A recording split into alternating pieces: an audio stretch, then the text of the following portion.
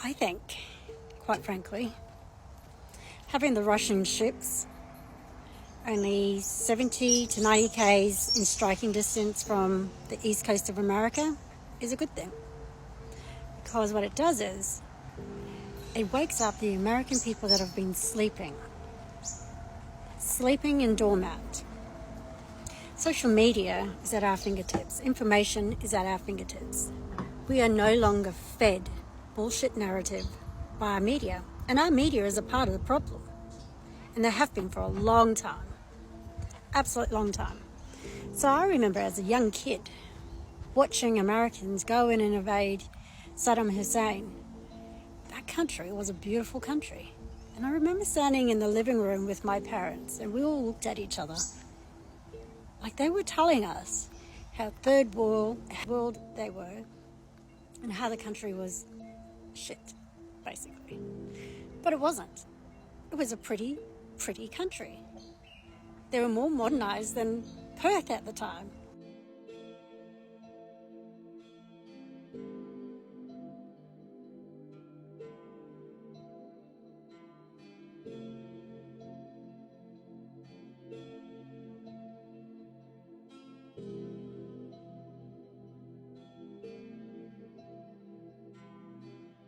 So, when you go back and you look at photos, and you look at the reasons why America invaded these countries, I think you have to be completely honest with yourself.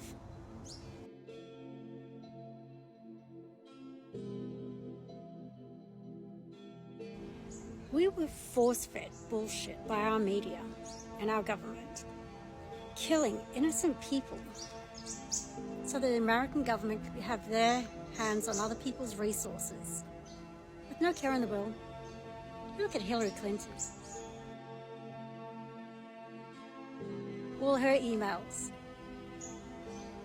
Don't quote me on this stuff. But I do believe she sent one of her senators to, I think it's Libya. Again, don't quote me on it. But he ends up dying over there. There was an email sent to her, and she claimed that she never got done. Poor bastard dies.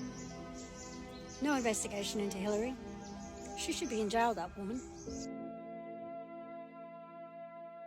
But she's not. I don't understand how all those evidence was never enough to jail her. She's not above the law. She's just a person who represents her constituents. Now, if we continue to let this narrative go on, that you can get away with murder, you can get away with invading countries, you can get away with bluffing the people, turning the people against other countries, other human beings, that's a violation of human rights alone. But I have a feeling the tides are changing, and it's turning pretty fast. I think the American people will now start doing their own research. They'll be living in fear because Russia is right there. It's game on for Russia. They've got nothing to lose. When you have been bullied for such a long time, what happens to the person who's been bullied? They have enough, and they'll bring it to you. They get stronger. They build themselves up. And in this case, Russia has built their resources, built their country up, but yet the US narrative, the US government and the US media still continues to say that their weapons don't match American weapons.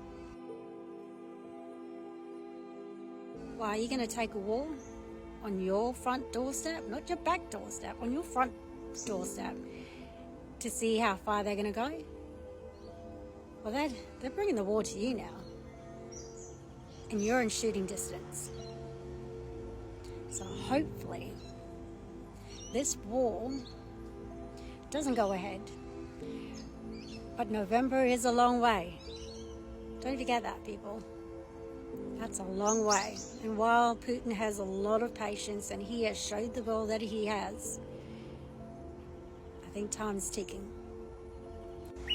All those countries that have been bullied are standing up. And you don't have enough resources or manpower to take on other countries. Don't forget that. And when you do say that, what you're really saying is all your men and women, fathers, sons, husbands and wives, brothers and sisters are disposable at the hands of the US government. That's not cool.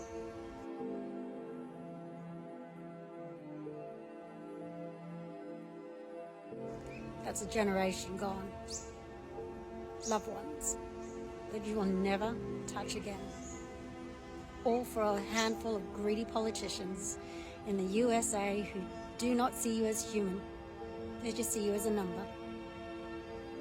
Think about that when you do decide to sign up for war.